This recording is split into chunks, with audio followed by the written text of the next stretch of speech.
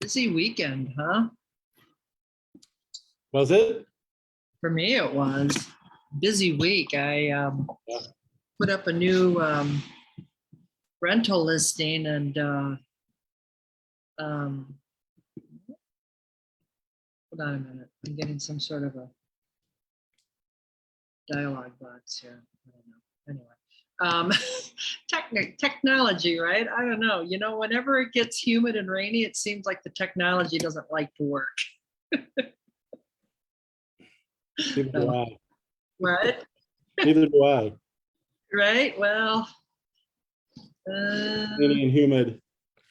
I have a feeling that I don't know if we're frozen on Facebook or if it's actually working. Or maybe I'll just disconnect it from Facebook. I don't know. No, I can't do that. Um, Let me make sure. Oh, no. Okay, we're on Facebook. We're all good here. Yeah, I don't know. And it's like every app on my phone is acting up today. And I've had this thing for the last, how to get into, when we get into the Compass things, we have to have the login, the push notification. Oh yeah. About every week, about once a week or every 10 days. For some reason, my phone isn't paired with the one login protect app to get into any of the Compass, to get onto the Compass platform. Right. And I have to call tech support. I mean, they must have a history of me that goes on forever now, because I have to call tech support and we go through this. It's like half hour, 45-minute rigmarole to get my phone to get me Do they back. have a dedicated team for you now? I know, right? Well, there was a fellow, this was about 6 weeks ago, that said, okay, if you have problems, call me. Of course, it was working fine for about a month after that. Now it's not again. So it's back to its old tricks. I need to dig up his name and reach back to him, because every time I call, I get somebody new and they're like, huh, now tell me again what's going on. Was it Joe Smith? Who founded the Mormons, you mean? No, was he like, call me, my name's Joe Smith? Yeah, no, I don't know. Anyway, what have you been up to? Yeah, no. So I put a new rental listing in Thursday night and over here in Edgewater, and I started getting activity on it almost immediately as soon as it hit the MLS. And I think in the last Friday, Saturday, Sunday, and today, we've had probably like 15, 20 showings over there. And now I've got people texting me about, were we the first one to get our application in? We were first, right?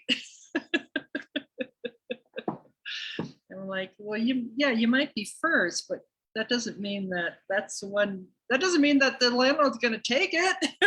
Right. Anyway, whatever. So yeah, it's been a busy weekend. And what about you? Not so busy? No, not really. Yeah, my listings right now aren't that high activity.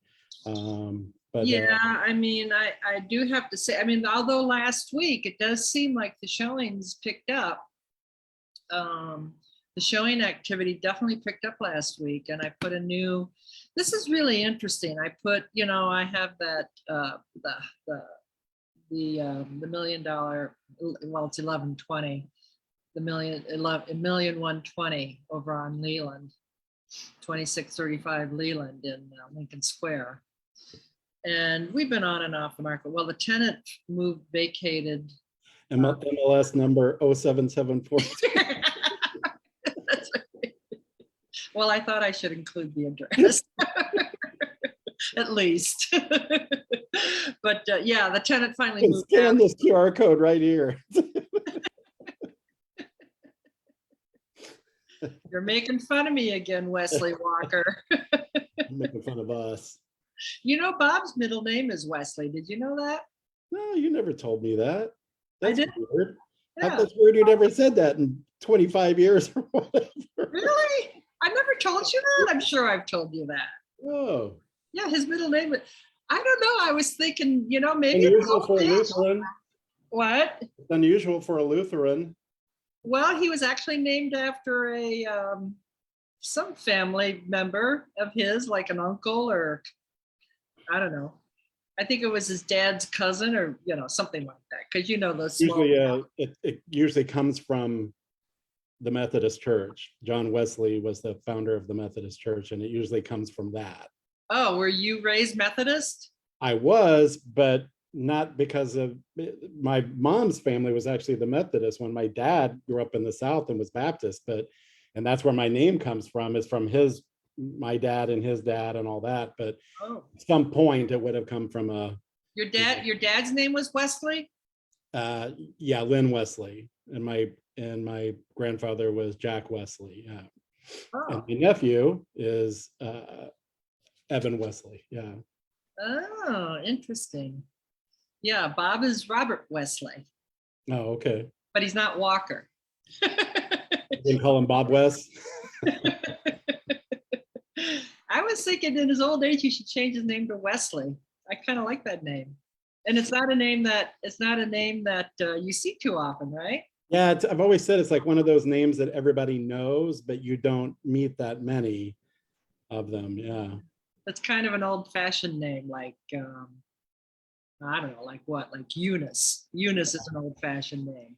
When I was in a French class when I was a kid, the teacher who was French was giving everybody like their French names, and asking everybody their name and giving them like the French version. And when I said Wesley, she was like, "Oh, it's terribly Anglo-Saxon. I don't know what else. I wouldn't know." The French version is Wesley. Yeah, exactly. Yeah. The West. Yeah, that's interesting, huh? Yeah, I was the only one in the whole class that she was just kind of like, stumped by. Wow. Huh. Well, of course, when we lived in Panama, of course, Panamanians speak Spanish, so my name became Maria. So I always kind of consider Maria my alternate name. We have the When I think of Wesley, I think of the kid on Star Trek, oh yeah, the son of the doctor on Star Trek. Wesley Yeah, Crusher. yeah, that's it. Crusher. That was Star Trek Next Generation or whatever. Right. He was the geek. Yeah. Well, nobody could accuse you of being a geek. Oh, really? No, that's my job. I'm the geek. Oh. No, why am I forgetting the female comedian, the harsh blonde New York the famous female comedian she's dead now, but Joan Rivers. Oh. When I remember in one of Joan's stand-up shows way back when, she was talking about the West Side Story, and she said, "Oh, please." So he's running through Spanish Harlem at night yelling Maria, and only one woman comes to the window. Right, exactly. Exactly. What I thought of when you're talking about being For the good Irish families, Maria. where every daughter is named Mary, so they go by Mary Pat, Mary Ellen, Mary Kate, Mary Frances, Mary Mary Kathleen. And when I was in Spain, I finally heard it here recently, but when I was in Spain years ago, I met several men that are named Jose Maria. It's like a they don't go by Jose, they go by Jose Maria. And when the first one I met, I was like, well, that sounds really unusual. And they're like, it's the most common name for a man in Spain. And it's weird that we don't hear that here. But they said, yeah, it's the most common male name in Spain is Jose Maria. Huh, no kidding. Huh.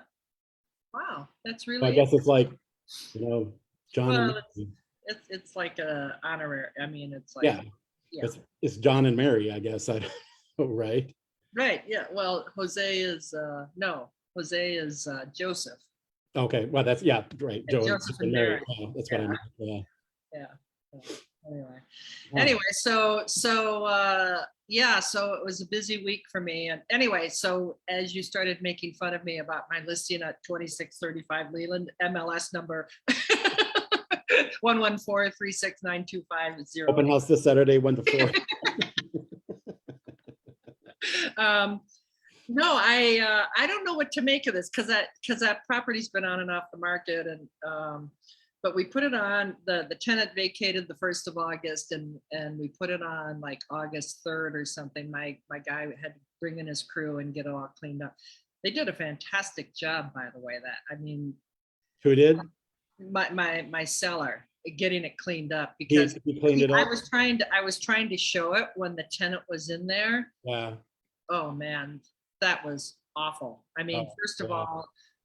first of all, they were tenants. I mean, they just don't, they had no skin in the, in fact, if anything, they didn't want me in there. So they did absolutely nothing to help me at all. I mean, Yeah. clothes laying around, dirty dishes, food in the sink, all that stuff. Just really bad. And on top of it, they had these 2 very large dogs. One was a pit bull, and the other was some kind of a mastiff. I bet that dog was 100 pounds if it was an ounce, and would bark and scared people. I mean, he had a kind of a scary bark. and I'm I like dogs. I don't have a problem with dogs, but They were checking all the tenant boxes. they were checking all the tenant boxes. So, I mean, it was, and they would allow me to show it, like for every 4 requests that I would get maybe 1 that they would allow me to show. So it was a complete waste of time to even have them on the market. But anyway, they are now out of there. My clients went in and got it all cleaned up, and it shows beautifully now. And he touched up paint and replaced screens that were broke, everything. So it looks like a new house. And I had a couple, there's a new listing that came up down the block at 4732 Tallman. Also a 2-flat that was deconverted to a single family that he has on the market for $950. He just put it on this week, and he also was doing an open house. So I had this family come in that saw my open house sign, and they didn't realize that my property was on the market. And I said, well, are you looking over $1 million? Because mine's 1120.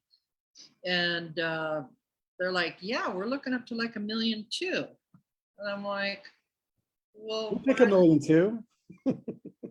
right? Yeah. Yeah. But I mean, I don't understand why they saw the one property and they were going to that open house, and they didn't see my property. Well, it's not like you see all of the properties available at once. If you see an open house thing pop up or an ad pop up or whatever, that doesn't mean you're going to see everything else. Right? Mine was open. I mean, theirs was open. Mine was open. I don't know. Oh, so your ad should have been right next to the other ad, no matter what they were looking at. Yeah, I don't know. And the woman did say that she said, I thought I saw this. And I'm like, well, we were on the market before. And she says, well, we've only just started looking in the last week. I'm like, well, I don't know. I don't know what to say. I mean, it kind of makes me feel like, what did I do wrong? But anyway, they love the house. There may have been 4 people at the other open house that came because they saw yours. Say that again. What? There may have been a bunch of people at the other open house that came because they saw your ad. Oh, I see. Who knows? Yeah, who knows? I don't know. Well, I only had a couple of people, so I didn't.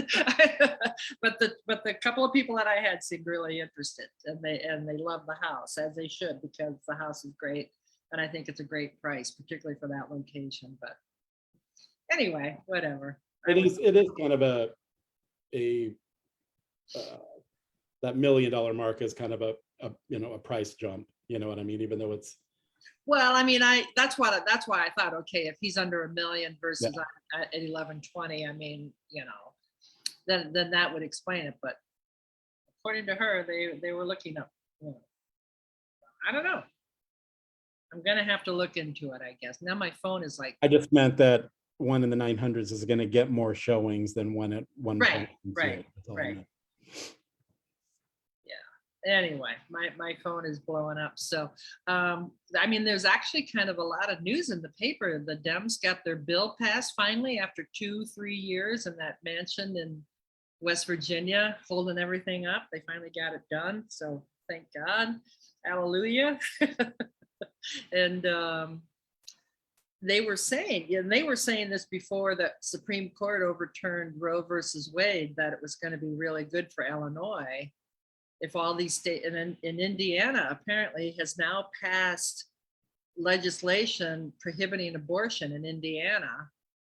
And Cranes had an article this morning that Eli Lilly, which is based, been in Indiana for, since the 1880s or whatever, they're talking about leaving and coming to Illinois because and so many, and we talked about this a couple of weeks ago about how corporations are paying for their employees to come to to states like Illinois to have the procedure done if necessary and things like that. So but they were saying before the Supreme Court overturned Roe versus Wade that it was going to be good, even though nobody was happy to see it. Well, I shouldn't say nobody, but nobody here in Chicago, I think.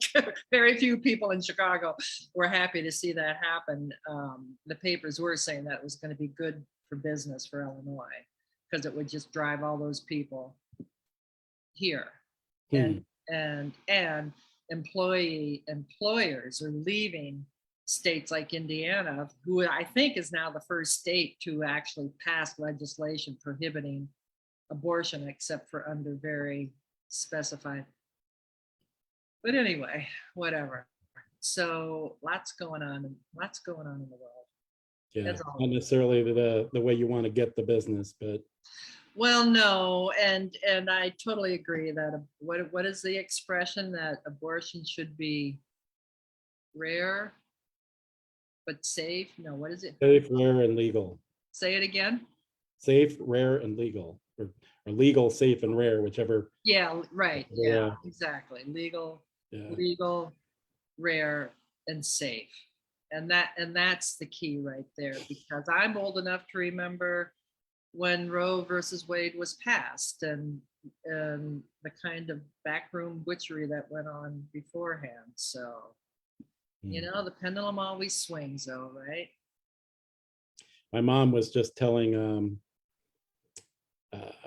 just a couple of months ago when all of this was going on, and they were, my sister's very involved in the DEI group with JLL and internationally, and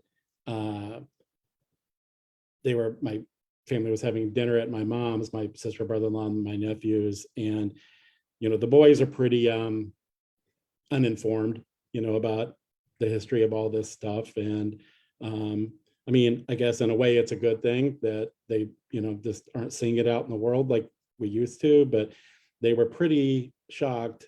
And I think even my sister was, because she had never heard this, my mom talking about after she and my dad were married, which was just in the 60s. I mean, it wasn't like it was the 40s or 50s, that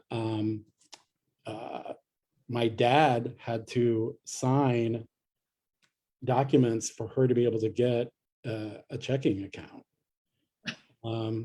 And my nephews were like, but why? They couldn't even understand what she was saying, which again is a good thing. It's sad that they don't understand the history, but it's good that it's so, non-prevalent. Oh, absolutely. Not exposed to it. But they were just kind of, and they started telling other stories, and my nephews really had like no idea, Well,